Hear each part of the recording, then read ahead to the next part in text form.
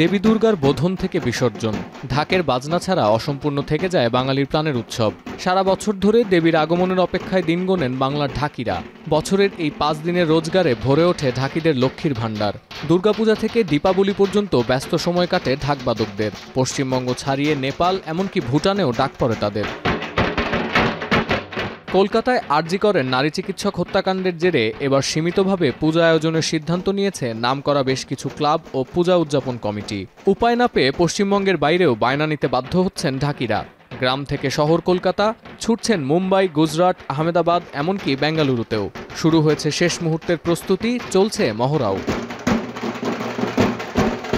পুরো বছর ধরে অর্থকষ্টে দিন পার করেন এই ঢাকিরা। অভাবের তাড়নায় পিতৃপুরুষের পেশা ছেড়েছেন এমন উদাহরণও আছে অসংখ্য। আর পূজার 5 দিন অর্থের সন্ধানে পরিবারের সাথে উৎসবের আনন্দ ভাগ করার সুযোগও পান না তারা। পরিবারের মুখে হাসি ফোটাতে নিজেদের চাওয়া পাওয়াকে বিসর্জন দেন অবলীলায়।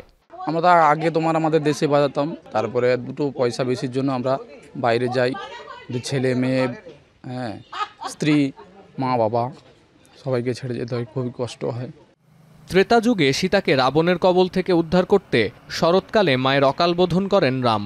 রামায়ণে বর্ণিত আছে মা দুর্গাকে সন্তুষ্ট করতে 108টি পদ্ম দিয়ে মায়ের পূজা করেছিলেন তিনি।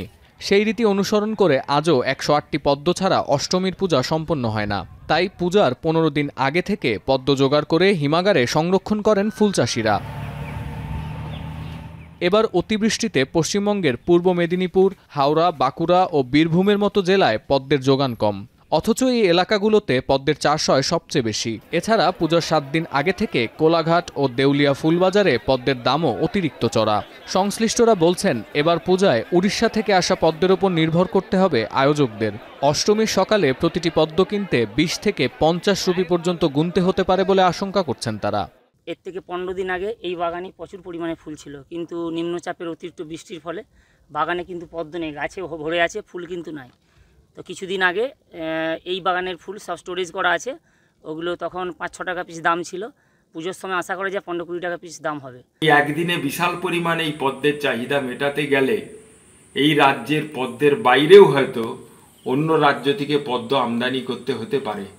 মা দুর্গা এবার মর্তে এসেছেন দোলা বা পালকিতে চড়ে। দুর্যোগ, মহামারী, ভূমিকম্প, যুদ্ধ ও অতিমৃত্যু সহ নানা অশনি সংকেত নিয়ে আসছেন তিনি। যদিও মা ফিরবেন হাতিতে। দেবীর গমন হাতিতে হলে মর্তলোক ভরে ওঠে সুখ, শান্তি ও সমৃদ্ধিতে। তাই দুর্যোগ নিয়ে এলেও ফেরার সময় সব শ্রেণী পেশার মানুষের জন্য কল্যাণ বয়ে আনবেন মা দুর্গা, এমনটাই প্রত্যাশা সকলের।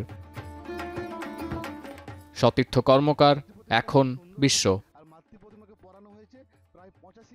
শিয়া বাটার ও ভিটামিন ই সমৃদ্ধ lily glam beauty soap. Lily, always beautiful.